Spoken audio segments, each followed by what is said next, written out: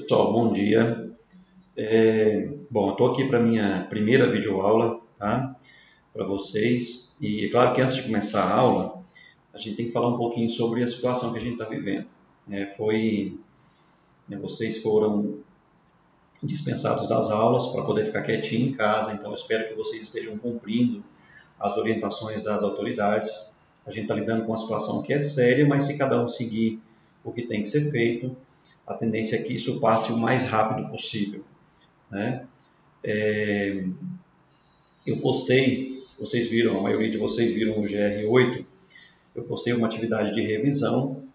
Se vocês não estão lembrados, a nossa avaliação estava marcada para sábado passado e então estava previsto para a semana passada que a gente fizesse uma revisão de conteúdo, que eu comentei com vocês que eu iria fazer em forma de gincana e também eu ia fazer um visto nas tarefas, nos relatórios de vocês na semana passada.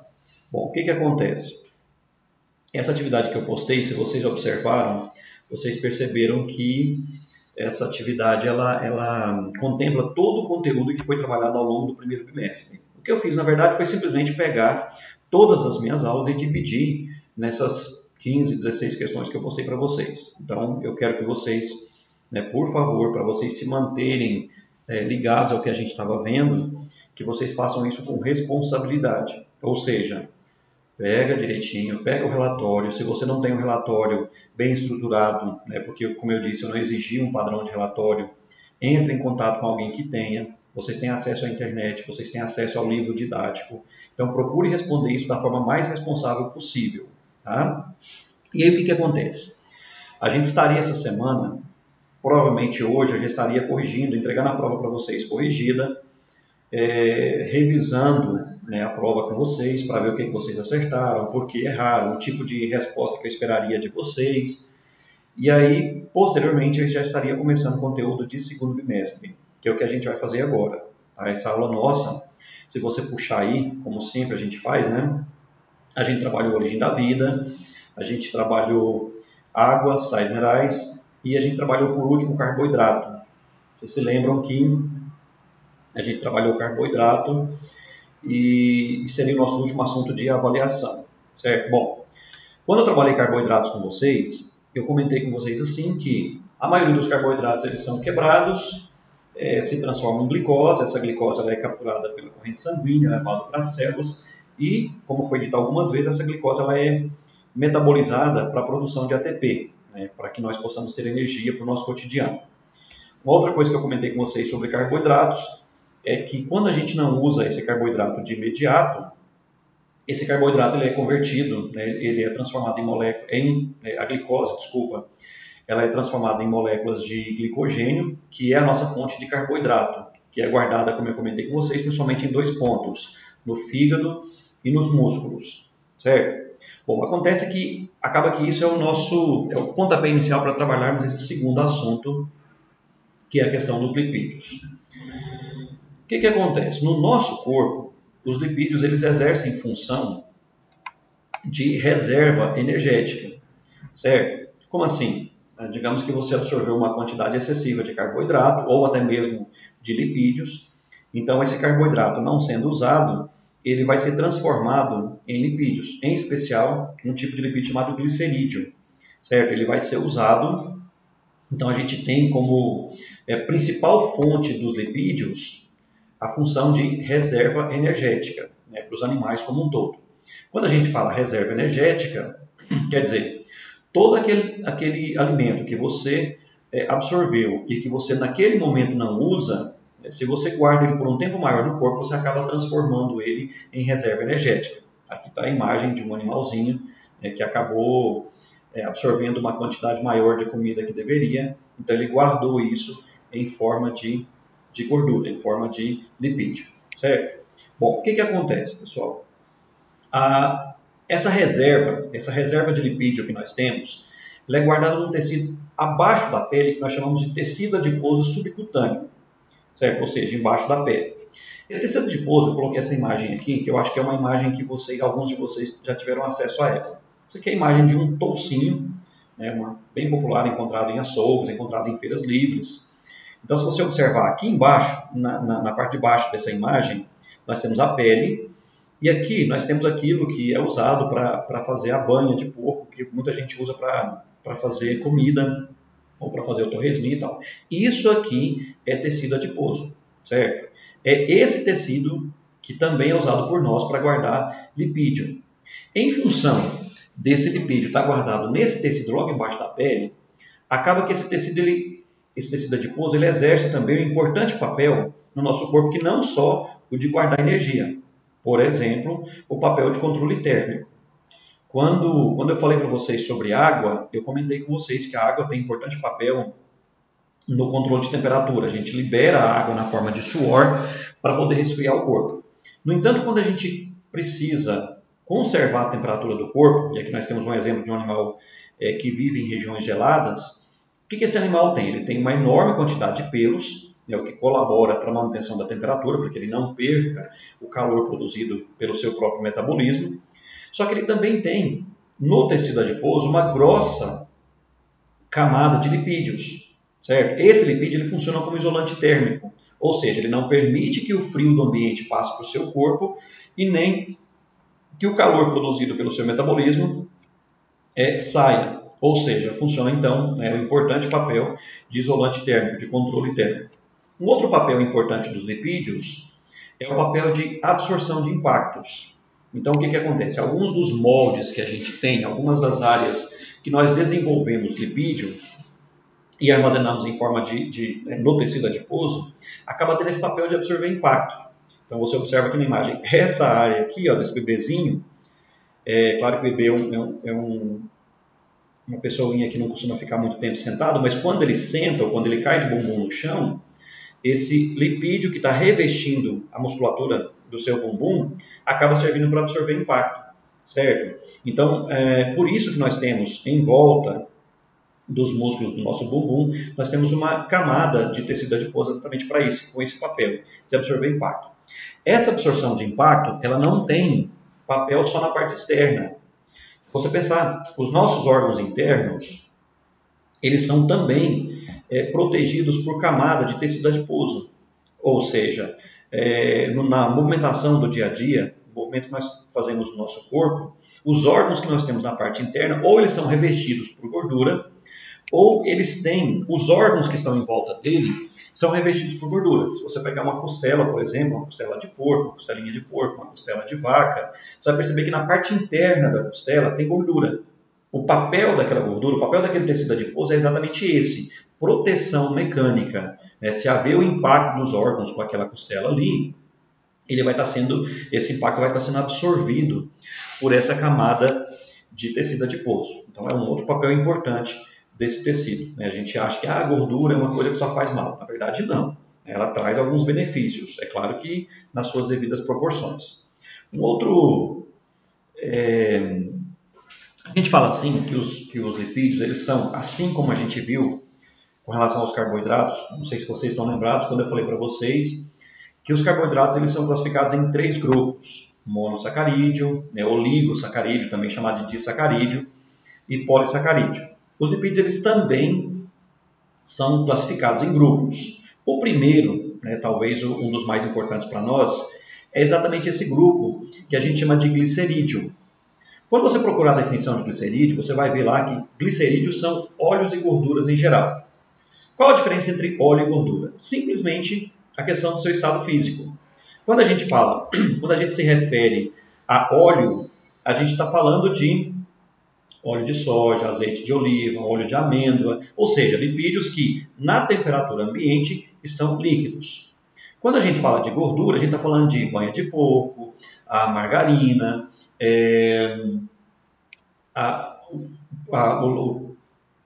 manteiga de leite, por exemplo. Então você tem exemplos de glicerídeos. Quando a gente fala de glicerídeo, pessoal, esse é o principal lipídio que é guardado no nosso organismo. O que acontece, você pode falar, poxa, mas por que a gente guarda em forma de gordura? Por que a gente não guarda logo em forma de glicogênio? Na verdade, a molécula de gordura está compactada. Ou seja, o espaço ocupado pelos lipídios é menor do que o espaço ocupado pelos carboidratos. O que faz com que o volume né, o nosso volume ele fique menor, certo? Então essa é uma das vantagens, certo? Bom, quando a gente fala de glicerídeo, o principal glicerídeo no nosso corpo é esse carinha chamado triglicérides, ou também chamado de triglicerídeo. A gente ultimamente tem ouvido falar muito de pessoas que, ao fazer exames de sangue, detectam um teor elevado de triglicérides. Geralmente são pessoas que a alimentação dela não está adequada. Vale lembrar que pessoas que têm acesso a muita massa, muito carboidrato, muito açúcar, muito refrigerante, ele acaba tendo no seu sangue excedido a quantidade de triglicérides. Eu só coloquei uma imagem aqui para vocês, para a gente fazer uma análise dela. Quando a gente fala de gordura, é muito comum você ouvir falar, essa aqui tem gordura saturada, essa gordura aqui ela é insaturada. Observem, por favor, essas 3 imagens. São imagens de 3 moléculas de triglicérides. Eu quero que vocês observem o que há de diferente nessas 3 moléculas. Esse primeiro triglicérides, observem que a molécula está mais compactada. Nessa segunda molécula aqui, o que ocorre? Aqui, em química, a gente fala que tem uma dupla ligação. Observem que essa dupla ligação faz com que essa molécula ela sofra uma pequena alteração. Aqui, nessa terceira molécula, você tem 2 pontos em que ocorre essa dupla ligação. Essa dupla ligação nesses 2 pontos, observem que faz com que a molécula ela fique mais aberta, ela fique mais espessa. Bom, eu quero que vocês tentem imaginar esses 2 tipos de moléculas num recipiente, num copo, num litro, alguma coisa. Observe que essa primeira molécula aqui, por ser mais compacta, por ter um formato mais compacto, dá para você imaginar que se eu tivesse um amontoado dessas moléculas num recipiente, caberia mais dessa molécula no recipiente do que dessa terceira aqui. Essa molécula aqui, junto às demais do mesmo tipo, em função do seu formato, elas não se encaixariam perfeitamente uma na outra. Bom, se você observar lá na física, na química mesmo, eles falam que moléculas, quando estão muito juntas, elas acabam ficando no estado sólido e quando elas estão afastadas, elas acabam ficando no estado líquido. Ora, o que acontece? Se eu pensar numa porção de banha de porco, de manteiga de leite, nós estamos falando de gordura saturada, ou seja, a quantidade de moléculas ali é maior do que quando eu penso num lipídio que está no estado líquido, certo? É uma coisa que vocês podem investigar aí, vocês podem olhar nos rótulos das margarinas que tem na casa de vocês. Se você observar, vai estar escrito lá assim, óleo vegetal hidrogenado. O pessoal da química vai saber explicar melhor para vocês, mas o fato é que quando em laboratório, quando na indústria, eles conseguem hidrogenar essa molécula nesse ponto aqui, quando eles conseguem colocar hidrogênio nesse ponto, eles acabam desfazendo essa dupla ligação. Ao desfazer essa dupla ligação, essa molécula aqui, então, ela fica igual a essa aqui, esse primeiro triglicérides, o que faz com que o que estava no estado líquido passe para o estado sólido. Ou seja, no caso da margarina, por exemplo, nada mais é do que óleo vegetal, só que ele foi hidrogenado, ou seja, a concentração ali está maior do que quando você tem um óleo de soja. Tá? É só um exemplo de quando se fala de gordura saturada e gordura insaturada. Ok? Bom, um outro tipo de problema que se tem quando a gente tem excesso de triglicéridos no corpo, que eu costumo comparar esse probleminha que nós chamamos de aterosclerose com aquilo que acontece na pia da casa de vocês. Bom, sua mãe pode ter todo o cuidado do mundo, ela vai lá, ela coloca uma telinha na pia para não deixar com que grandes partículas de comida desçam pelo cano, ela toma o cuidado de limpar essa pia, só que em alguns momentos eu comentei com vocês que gordura ela é hidrofóbica. O que é hidrofobia? Não combina com água. Então, se você pensar numa pequena... Imagina que esse cano que está aqui, que na verdade é um vaso sanguíneo, imagina que isso aqui seja um cano da pia da casa de vocês. Se uma minúscula gota de gordura desce junto com a água, essa gordura ela é hidrofóbica. O que vai acontecer? Sendo hidrofóbica, essa gordura ela vai grudar na parede do cano, e ao grudar na parede do cano, a metade dela vai estar protegida da água. Então, você tem que imaginar o seguinte: toda vez que a água descer pelo cano, que tiver com gordura, essa gordura vai grudar nessa gordura que estava na parede. Então, essa crosta de gordura que está aqui, ela acaba se formando na pia da casa de vocês. Por quê? Porque a gordura está tentando se proteger da água. Vai chegar um dia em que, mesmo tomando cuidado de não deixar grandes partículas de comida descer pelo cano, a pia vai entupir. Aí é quando o pessoal vai lá, né, desentope, então joga água fervendo para derreter essa gordura e ela descer pelo cano, certo? Então, tá, por que eu estou fazendo esse paralelo? Exatamente porque no nosso corpo pode acontecer isso. O que é aterosclerose? Aterosclerose é a formação de uma placa de gordura na parede do vaso. Você tem que pensar que se você está com excesso de triglicéridos no seu sangue, esse triglicéridos que está em excesso, ele pode grudar nas paredes do vaso. Quando ele gruda na parede do vaso, se você lembrar que o seu sangue, boa parte dele é plasma, e que boa parte do plasma é água, então essa gordura ela vai passar e ela vai acabar grudando naquela gordura que já está grudada na parede, formando uma placa, que a gente chama de placa aterosclerótica.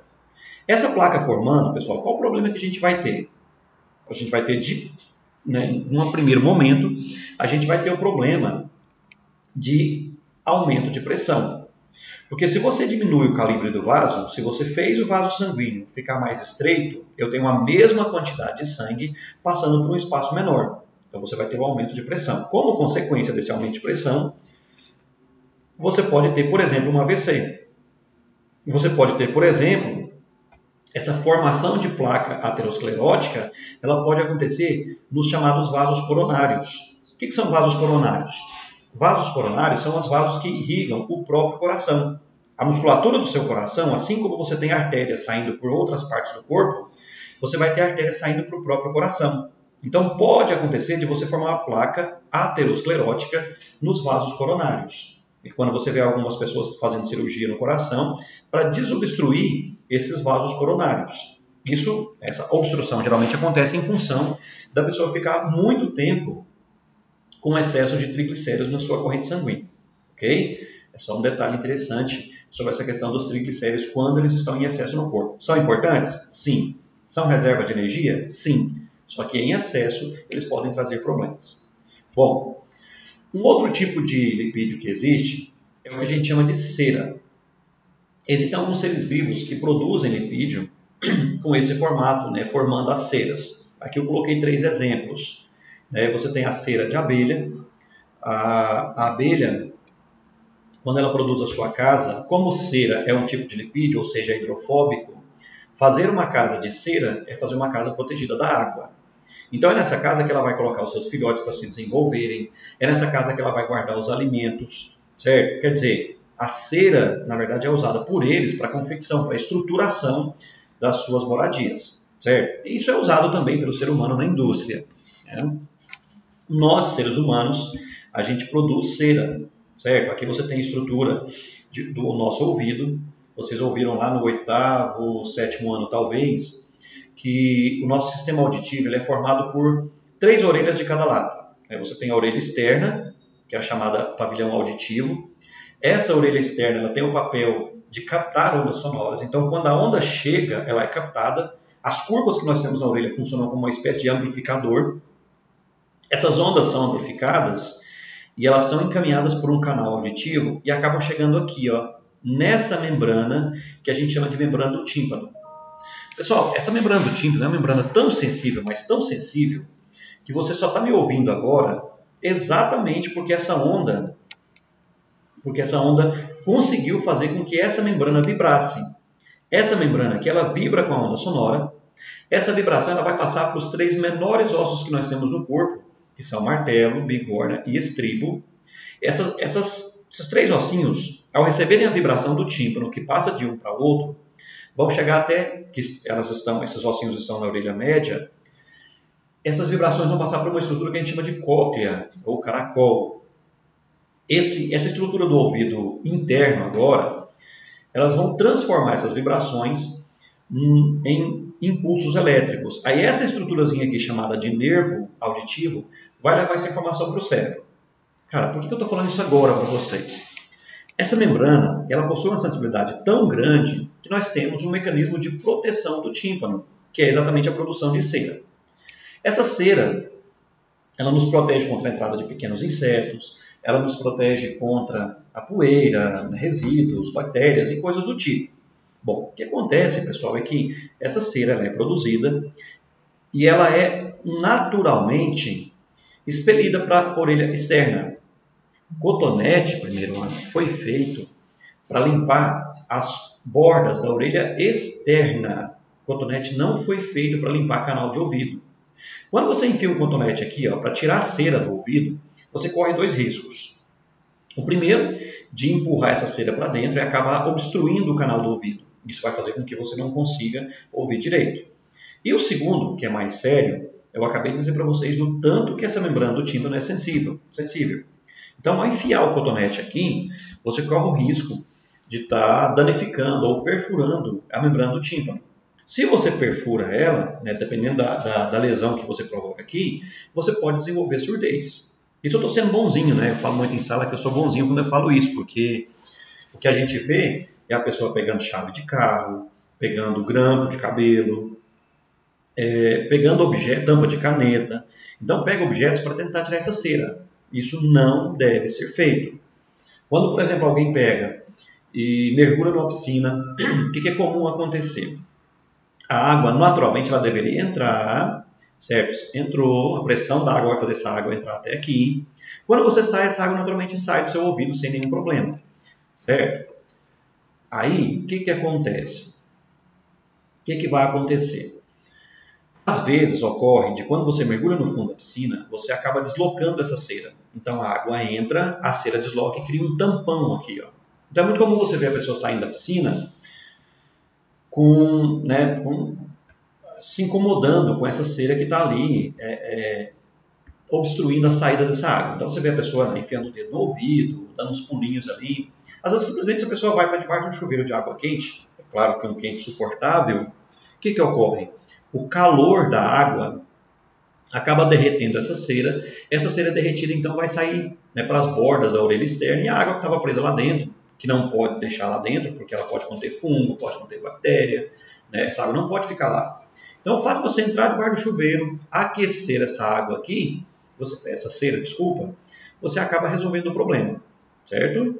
Ou tem gente que pega, coloca uma pequena porção de álcool, porque essa cera ela se dissolve no álcool, coloca um pouco de álcool no algodão, espreme para tirar o excesso e acaba colocando um pouquinho nesse canal, na entrada do canal, não precisa enfiar isso até o fundo, acaba que o álcool ele derrete essa cera e você desobstrui o canal do ouvido, ok? Ou, na verdade, antes de introduzir qualquer instrumento no canal do ouvido, se não conseguiu tirar essa cera daqui, se não conseguiu remover isso daqui, claro, tem que procurar um médico.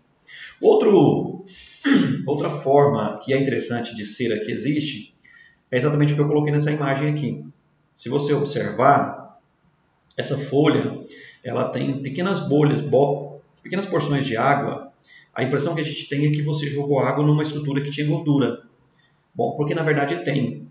A planta, para fazer fotossíntese, ela precisa de um fluxo contínuo de água, da base, da raiz até a folha. Essa água, é claro, ela vai ser usada para que ela possa fazer fotossíntese. A gente vai trabalhar fotossíntese depois com mais detalhe. Mas não tem só esse papel. O fluxo de água que se cria da raiz até a folha é exatamente também para levar nutrientes, certo? Levar sais minerais da raiz até a folha. Então, o que acontece? Além da planta precisar de água na folha para fotossíntese, eu não posso simplesmente chegar com essa água lá e parar. A água ela tem que sair da folha, tem que haver um processo de transpiração. Porque quando a água sai, a gente vai trabalhar a osmose depois também, mas quando a água sai, acaba que esse ponto da folha fica sem água, que por osmose puxa a água da porção de baixo e vai puxando, então cria-se um canal de água da base até a folha. Então a planta precisa transpirar, porque ao transpirar ela cria um fluxo de substâncias no seu corpo. O que acontece é que esse fluxo não pode ser tão intenso. A planta não pode transpirar muito, porque se ela transpira muito, se ela perde demais água, ela pode vir a sofrer um processo de desidratação. Certo? Então ela tem que ter mecanismos para evitar a perda excessiva de água. E um dos mecanismos que a planta tem é exatamente o quê? Ela produz cera. Ela produz a cera e envolve o tecido, a epiderme da folha com essa cera, para evitar o excesso de transpiração. Isso acontece também com frutos. Tem alguns frutos que dá para você perceber isso claramente. Como é o caso, se você pegar um abacate, por exemplo, ao pegar um abacate você tem a impressão que alguém foi lá e passou um óleo em volta dele. Não é. Aquilo é uma cera produzida por ele para evitar a desidratação do fruto. A grande maioria dos frutos, aquele brilho que você vê no fruto, é em função dele estar revestido por uma cera. Então, ou seja, na planta, essa cera tem um papel impermeabilizante, ou seja, ela diminui a saída de água da planta. Ok? Bom, um outro tipo de lipídio que existe, também de grande importância, são chamados fosfolipídios. O nome já está bem claro, né? São lipídios associados a átomos de fósforo. O que acontece? A gente viu um pouquinho disso quando a gente trabalhou a origem da vida, quando eu falei para vocês dos conservados. Lembra que eu comentei com vocês que os lipídios eles são hidrofóbicos? Por serem hidrofóbicos, o que acontece? A tendência é que na água eles tendem a se juntar. Então acredita-se, se você observar a imagem aqui, ó, o que nós temos nessa imagem? Você tem a imagem de uma célula. A pessoa que editou essa imagem, ele pegou um pedacinho só da membrana plasmática, e ele colocou só essa membrana num plano. Se você observar essa membrana, o que nós temos aqui? Nós temos uma dupla camada de fosfolipídios, nós temos proteína, não é à toa que a membrana plasmática ela é chamada de ela é chamada de membrana lipoproteica, lipo de lipídios, proteica de proteína, é o que basicamente tem na estrutura da membrana. E é claro que tem outras coisas aqui de importância, também de grande importância, né? Por exemplo, carboidratos. Existe um tipo de carboidrato que nós chamamos de glicocálix, que tem o papel, por exemplo, de reconhecer células estranhas, ou melhor, de reconhecer células vizinhas. Quando você pensa num transplante, por exemplo, o que provoca a rejeição é a presença desse carboidrato. É como se ele tivesse a capacidade de, sistema de defesa, vem cá, combate o que não é do nosso corpo. Ou seja, quando você faz um transplante de órgão, esse glicocálix ele acaba meio que atrapalhando o processo. Bom, mas aqui, o que nós temos? Se você observar, é uma dupla camada de fosfolipídio. Fosfolipídio, pessoal, ele tem uma característica interessante. Essa porção que vocês estão vendo em laranja são as chamadas cabeças hidrofílicas. O que são cabeças hidrofílicas? É a parte do lipídio que combina com água. Se você pensar que uma célula está mergulhada, né, em linfa, então você tem o quê? Você tem água de fora da célula, você tem água dentro da célula. Lipídio, o fosfolipídio não é ele todo que é hidrofóbico. É só essa cauda que, didaticamente, não quer dizer que ele é dessa cor, é claro, didaticamente foi colocado em verde aqui. Ó. O fosfolipídio ele tem uma cauda hidrofóbica e uma cabeça hidrofílica. Então, se você pensar, essa porção aqui é a parte de fora da célula e essa porção aqui, ó, é a parte de dentro da célula. Ou seja, as partes da membrana que estão em contato com a água estão, na verdade, em contato com a parte que combina com a água do lipídio, o fosfolipídio. Certo? As partes hidrofóbicas, as caudas hidrofóbicas, elas estão protegidas pelas cabeças. Aí você entende por que tem que ser duas camadas de lipídio. Se eu tivesse uma camada só, aí como eu tenho água tanto na parte de dentro quanto na parte de fora da célula, é claro que esse lado hidrofóbico estaria em contato com a água, ou seja, a membrana plasmática ela não estaria estabilizada. A molécula ficaria o tempo todo agitada, tentando se livrar dessa situação que é o contato com a água. Estando nessa posição aqui, quer dizer, a parte hidrofóbica está protegida. E aí um detalhe que chama atenção aqui é que isso ajuda na manutenção da estrutura da membrana. Se uma microagulha, por exemplo, hipoteticamente, se uma microagulha fosse colocada nessa membrana, quando você colocasse a agulha, então você iria abrir um espaço entre os lipídios. Ao tirar essa agulha, os lipídios imediatamente, para se proteger da água, imediatamente eles reconstituiriam o espaço. Então, ou seja, ajuda a manter a integridade da membrana. A gente fala assim, que a membrana plasmática ela segue o modelo mosaico fluido. O que é mosaico fluido? Mosaico, peças, né, que se montam fluido, porque os lipídios eles são capazes de se movimentarem para reconstituir a membrana. Ok? Então, e é claro, toda célula nossa é revestida por membrana plasmática, ou seja, toda célula nossa é revestida por uma camada de gordura do tipo fosfolipídio. Ok? Então a gente acaba sendo, todos nós temos trilhões de fosfolipídios revestindo nossas células. Bom, Um outro tipo de lipídio que existe são chamados esteroides. Quando a gente ouve falar de esteroide, muitos de vocês devem estar pensando, esteroides são os hormônios. Esteroide é aquilo que eles falam, né? O cara está tomando esteroide para poder aumentar músculo, então foi para a academia e está tomando esteroide. Sim, na verdade sim, a gente vai falar disso daqui a pouco.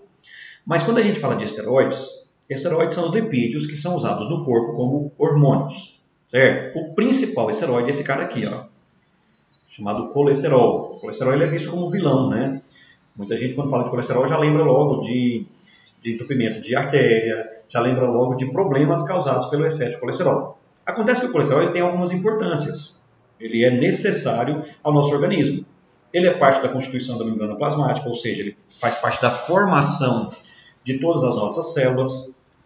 Ele é importante porque é usado para a fabricação de outros hormônios que a gente vai ver daqui a pouco. Agora, o problema, pessoal, é que essa classificação aqui é importante, ó. LDL e HDL. Esse LDL é o que comumente chamamos de mau colesterol. É esse cara aqui que a gente não pode ter em excesso. Qual é o problema? Esses dois tipos de colesterol, a molécula de colesterol nesse caso aqui, elas são muito parecidas. O que diferencia uma da outra é a enzima que o transporta.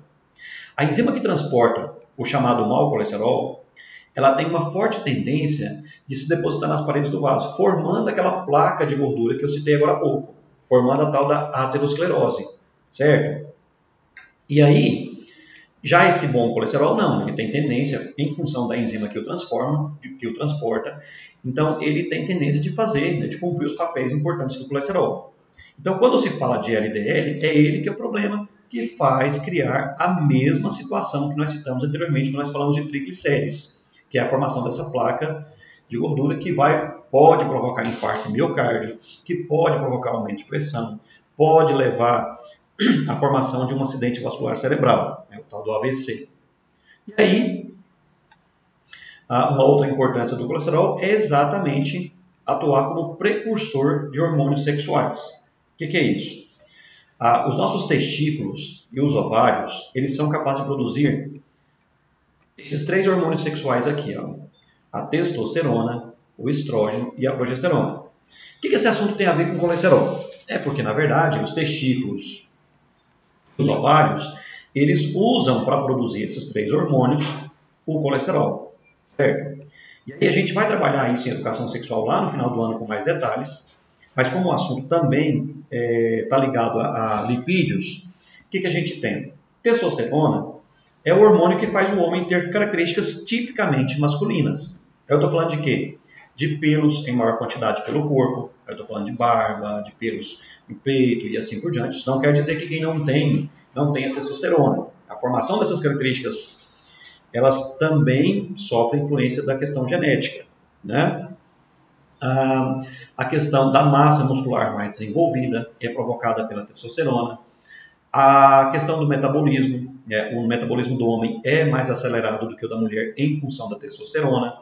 A questão da voz grave, eu estou comentando com vocês já há algum tempo, que entre os mamíferos, via de regra, claro que tem exceções, a espécie humana é uma delas, via de regra é o macho que tem que conquistar a fêmea, é a fêmea que tem o direito de escolha. E lembra que eu sempre falo para vocês que esse direito de escolha não é porque eu me apaixonei. Na verdade, não existe isso.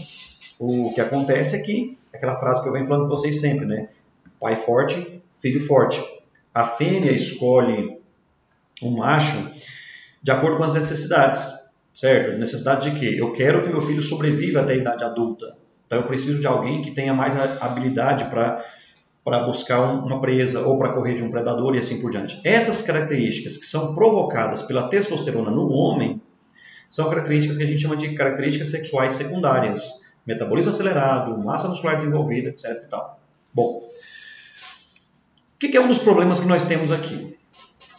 O adolescente, ele tem como uma das características ele ser uma pessoa muito afoita, uma pessoa que ele é muito impaciente. Então, o que acontece? Ele começa a se comparar com o colega. Ele começa a perceber que o colega está com a massa muscular mais desenvolvida que ele, que a voz do colega já está mais grossa e ele não. O que acontece, pessoal, é que, como eu estou lidando com meninos que têm seus 14, 15 anos de idade, cada um de vocês tem o que a gente chama de relógio biológico. O relógio biológico de cada um é diferente. Então, a idade com que cada um vai amadurecer, no que se refere a características sexuais secundárias, isso vai acontecer cada um no seu tempo. Então, o que é muito comum, infelizmente, acontecer aqui no Brasil? Os meninos vão para a academia e eles começam a perceber que o corpo deles não está desenvolvendo como eles esperavam. O coleguinha deles que foi para a academia acabou desenvolvendo mais rápido. Bom, pessoal, o que acontece é que, como eu disse, cada um tem um ritmo de crescimento. E aí, infelizmente, o que algumas pessoas fazem?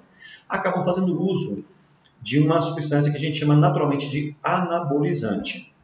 Ora, por que esse produto tem esse nome? Anabolizante. Quando eu falo que o metabolismo do homem é mais acelerado do que o da mulher, é como se eu falasse assim, ó, as reações químicas que acontecem no corpo do homem acontecem em maior velocidade do que da mulher. Ou seja, ele quebra moléculas com mais rapidez, ele monta moléculas com mais rapidez, ou seja, ele gasta mais energia, ele acaba tendo que se alimentar com uma quantidade maior de calorias, exatamente porque o seu metabolismo ele é mais acelerado.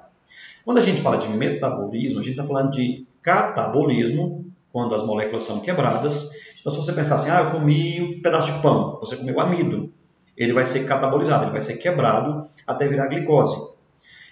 Essa glicose, ela pode ser usada para anabolizar glicogênio, ou seja, para montar um polissacarídeo no fígado. Assim como quando você come alimento rico em proteína, você cataboliza as proteínas, você transforma elas em aminoácidos e você anaboliza músculo, ou seja, você monta músculo. Quando você toma anabolizante, você está tomando, na verdade, na maioria das vezes, um produto à base de testosterona. O que acontece? Testosterona, pessoal, é feita à base de quê? É feita à base de colesterol. Se você tem a quantidade certa de colesterol no corpo e você usa anabolizante, que é a base de testosterona, que é feito de colesterol, você corre o sério risco de formar isso aqui no seu corpo. Ou seja, você já tem a quantidade certa de colesterol no corpo. Se você usa uma quantidade maior, você passa a ter uma quantidade maior de colesterol no seu corpo, a chance de você criar essa placa aterosclerótica é altíssima. Então, aí você fala, mas então não posso tomar?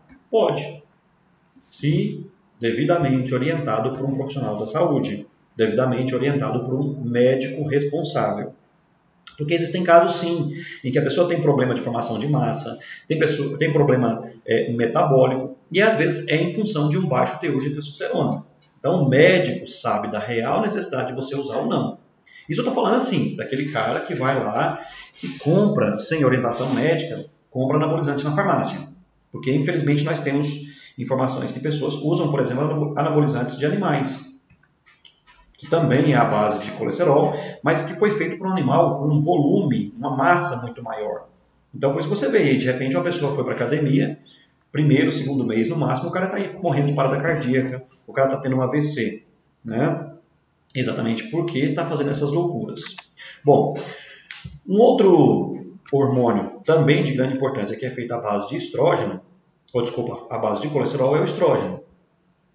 Que o papel do estrógeno na mulher é o papel da testosterona no homem, ou seja, vai desenvolver na mulher características sexuais secundárias femininas, formação de seios, alargamento do quadril, formação dos ciclos menstruais, ou seja, vai contribuir entre os vários hormônios que atuam no ciclo menstrual, tá? Ou seja, vai fazer a mulher desenvolver características tipicamente femininas, certo? E só que a mulher ela também produz um outro hormônio, que é a progesterona, que também é feita à base de colesterol, que está muito ligado à questão do ciclo menstrual, à manutenção da gravidez e assim por diante. Assuntos que, como eu disse, vão ser trabalhados melhor quando a gente for trabalhar a educação sexual por volta dos meses de setembro, outubro.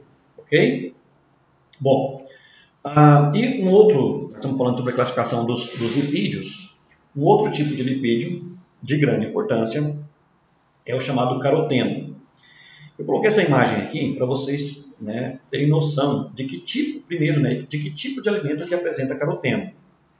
Então, quando a gente come aqui, alimentos como cenoura, muitos de vocês já ouviram falar que cenoura faz bem para a visão, a gente vai entender por quê. Faz bem para a pele. Então, se alguém vai se bronzear, por exemplo, comer uma porção de alimento rico em cenoura é interessante, a gente vai ver por quê. Então são alimentos ricos em caroteno. Mas o que é o caroteno, afinal de contas? O caroteno, pessoal, a gente fala assim que ele é precursor da vitamina A. O que é a vitamina A? Vitamina A ela é um tipo de vitamina feita à base de lipídio, em que na pele ela tem uma função muito importante. Quando você tem vitamina A no seu corpo em quantidades adequadas, essa vitamina A ela vai para a superfície da sua pele e ela exerce um papel muito parecido com o papel do hidratante. Quando você passa hidratante na sua pele, pessoal, entenda. Por que o nome hidratante? Porque você está passando, na verdade, um lipídio na sua pele e esse lipídio ele acaba evitando o excesso de transpiração. Nós estamos num estado em que a umidade do ar é muito baixa. Em função disso, é muito comum você, em época de muito calor, você transpira e você evapora esse suor muito rápido e você não percebe que está transpirando. Ou seja, você está desidratando a sua pele sem perceber. Quando você passa o hidratante ele bloqueia parte da saída dessa água. Ou seja, ele tem um papel muito parecido com aquela cera que eu falei agora há pouco, na folha do vegetal. Ele evita a perda excessiva de água. Ora, se eu evito a perda de água, eu acabo fazendo com que a pele fique mais hidratada, ela fique mais sedosa, ela não fica ressecada. Se a pele não fica ressecada, pessoal, ela acaba não criando porta de entrada para agente infeccioso. Se a pessoa tem a pele muito ressecada, ela vai encher de perebinha, de coceirinha. Por quê? Porque a pele seca acaba permitindo a entrada de fungos, de bactérias, de agentes infecciosos, alguns formando algumas dermatites, certo? Então, o que acontece? Quando você come um alimento rico em caroteno, aqueles alimentos que eu mostrei na figura anterior, você acaba mantendo a sua pele mais saudável. Não é à toa que muitas pessoas, quando vão para um clube se bronzear, por exemplo, elas fazem uso de alimentos ricos em caroteno exatamente para quê? Para manter a pele mais hidratada, ou seja, o bronzeamento vai durar por um tempo maior, a sua pele não vai ficar tão ressecada, né, tão agredida com relação ao sol. Tá? E um outro papel importante da vitamina A, que como já disse é feito à base de caroteno, é exatamente no funcionamento da nossa visão. Essa imagem aqui, olha só, quando a gente estuda, e vocês estudaram isso no 8º ano, o funcionamento da visão, é aqui ó, na pupila que as ondas de luz entram para ser captada pelo sistema da visão e ser levado para o seu cérebro. Né? O nervo óptico, ele capta essa informação e a luz entra, na verdade, aqui. Acontece que essa pupila aqui, ela é sensível, ela é fotossensível. Nós sabemos muito bem que a pupila, ela se abre com pouca luz e ela se fecha quando você tem muita luz. Esse abrir e fechar da pupila depende de uma musculatura que forma essa parte colorida do olho, que a gente chama de íris. Então entenda que essa íris aqui ó, nada mais é do que a musculatura do olho, são músculos circulares que fazem isso aqui, ó, contrai para dilatar a pupila, dilata para fechar a pupila, certo? E aí o que vai acontecer? O funcionamento dessa musculatura ocorre em função da presença de vitamina A. Se você tem uma alimentação pobre em caroteno, um dos efeitos negativos que você pode ter é exatamente o quê? Essa perca de elasticidade da íris, certo? Da pupila, ela passa a não abrir como deveria, passa a não fechar rápido como deveria. E um dos problemas que pode se desenvolver é uma coisa que a gente chama de cegueira noturna, que é o quê? Se você observar, quando está anoitecendo, quando a nossa visão já não está tão legal, quando você começa a ver apenas vultos, naquele momento a nossa pupila automaticamente, para aproveitar toda a luz que está ali, ela faz isso, ó, ela abre, certo? Quando a pessoa tem baixo teor de caroteno, baixo teor de vitamina A, simplesmente essa elasticidade da pupila ela é diminuída e a pessoa acaba tendo dificuldade de enxergar nesses momentos. Aí o oftalmo vai falar assim, ó, você está com cegueira noturna, certo? Então é um outro tipo de lipídio de grande importância para nós. Mantém saudável a nossa pele, tá? E colabora para o funcionamento da nossa visão, ok? Bom, pessoal, era isso que eu tinha para falar para vocês sobre lipídios. Eu acho que é uma aula que, se fosse ministrada com vocês em sala, deveria durar aí umas 2 ou 3 aulas. Tá? Por quê? Porque nessa aula, claro, vocês sabem que eu deixo aberto para vocês eu tirar dúvidas, a participação de vocês, né, vocês trazerem a experiência de vocês até para enriquecer a minha aula, para me enriquecer enquanto formador de conhecimento, né? Eu estou formando o meu conhecimento também, tá? Mas é isso. O que eu quero de vocês com relação a essa aula? Relatório. Eu sempre peço relatório de aula. A vantagem aqui é que você vai poder ouvir essa aula, né, uma, duas vezes para fazer o seu relatório. Eu vou querer um relatório dessa aula, como eu sempre peço para vocês, tá? Não precisa dividir, porque como eu disse aqui, seria uma aula trabalhada em 2, 3 momentos com vocês, com certeza. Não precisa dividir, pode fazer um relatório só. E posteriormente, eu vou elaborar uma atividade sobre essa aula que eu acabei de trabalhar com vocês, para vocês responderem, ok? Eu acho que é isso. Tenham um bom dia.